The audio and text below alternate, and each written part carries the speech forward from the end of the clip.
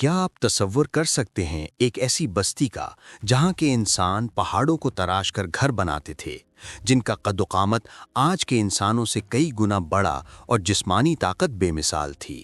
ایک ایسی تہذیب جو غرور کے نشے میں چور ہو کر پکار اٹھی تھی، کون ہے جو ہم سے زیادہ طاقتور ہے؟ لیکن پھر اچانک ایک ایسی خاموش اور خوفناک چیخ آئی جس نے بلند و بالا ستونوں کو ریت کے ڈھیر میں بدل دیا۔ وہ کیا تھا جس نے تاریخ کی طاقتور ترین قوم کو صفائے ہستی سے مٹا دیا؟ آج ہم اس راز سے پردہ اٹھائیں گے۔ عرب کے ریگستانوں میں یمن اور عمان کے درمیان الاحقاف کے ٹیلوں میں ایک ایسی قوم آباد تھی جسے قوم عاد کہا جاتا ہے۔ یہ تاریخ انسانی کی وہ پہلی قوم تھی جس نے نوح علیہ السلام کے طوفان کے بعد زمین پر جاہ و جلال حاصل کیا۔ اللہ تعالیٰ نے انہیں بے پناہ نعمتوں، مال و دولت اور لمبی عمروں سے نوازا تھا، لیکن جو ان کی طاقت بڑھیا، ان کا تکبر بھی بڑھتا گیا۔ آج کی اس دستاویزی فلم میں ہم اور مستند اسلامی تاریخ کی روشنی میں آس عظیم الشان مگر بدبخت قوم کے عروج اور زوال کی لرزہ خیز داستان بیان یہ کہانی صرف ایک قصہ نہیں بلکہ آنے والی ہر نسل کے لیے ایک سنگین وارننگ ہے۔ آج سے ہزاروں سال پہلے جب ریت کے ٹیلے اتنے بلند نہیں تھے، وہاں ایک شہر آباد تھا جس کا نام ارم تھا۔ قرآن اسے ارم ذات العمادی کہتا ہے، یعنی وہ ارم جو ستونوں والا شہر تھا۔ قوم عاد کے لوگ انجینئرنگ کے ماہر تھے۔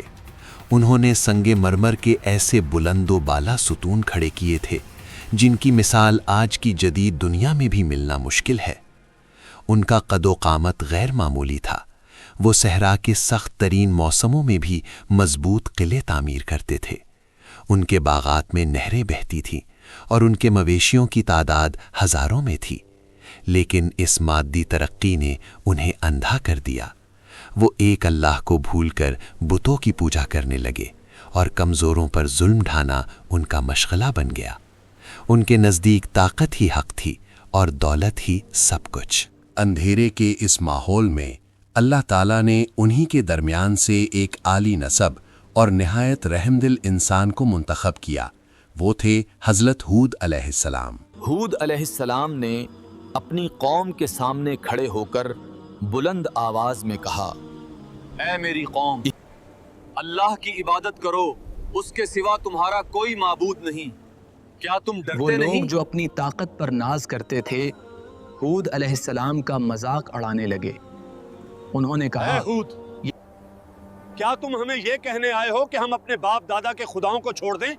تم تو بس ایک عام ہود علیہ انسان ہو۔ السلام نے انہیں نرمی سے سمجھایا کہ یہ مال و دولت، یہ بلند و بالا عمارتیں سب اللہ کی دین ہیں، اس کا شکر ادا کرو۔ مگر ان کا جواب صرف ایک تھا، ہم سے زیادہ طاقتور کون ہے؟ یہ پہاڑ ہمارے غلام ہیں۔ جب قوم عاد نے سرکشی کی حد کر دی تو اللہ کا پہلا امتحان شروع ہوا۔ ان کے علاقے میں بارشیں بند ہو گئیں، ہریالی ریت میں بدلنے لگی اور باغات مرجھانے لگے۔ 3 سال تک آسمان سے ایک بوند نہ گری۔ قحط نے انہیں بے حال کر دیا۔ حضرت ہود علیہ السلام نے ایک بار پھر موقع دیا اور فرمایا، اپنے گناہوں کی معافی مانگو، اللہ تم پر بارشیں برسائے گا اور تمہاری طاقت میں مزید اضافہ کرے گا۔ مگر ان کے سرداروں نے کہا، یہ محض ایک موسمی تبدیلی ہے، اس کا تمہارے خدا سے کوئی تعلق نہیں۔ انہوں نے توبہ کرنے کے بجائے مکہ، جو اس وقت بھی ایک مقدس مقام مانا جاتا تھا، ایک وفد بھیجا تاکہ وہ اپنے بتوں کے لیے بارش کی دعا مانگے۔ یہ ان کی گمراہی کا آخری مرحلہ تھا۔ ایک صبح افق پر ایک گہرا کالا بادل نمودار ہوا۔ اسے دیکھ کر قوم عاد کے لوگ خوشی سے جھوم اٹھے۔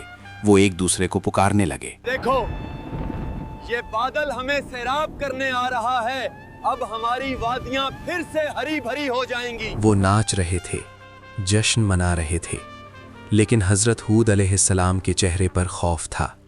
وہ جان گئے تھے کہ یہ رحمت کا بادل نہیں بلکہ عذاب کی قبا ہے۔ قرآن کہتا ہے، بلکہ یہ وہ چیز ہے جس کی تم جلدی مچاتے تھے، ایک ایسی آندھی جس میں دردناک عذاب ہے۔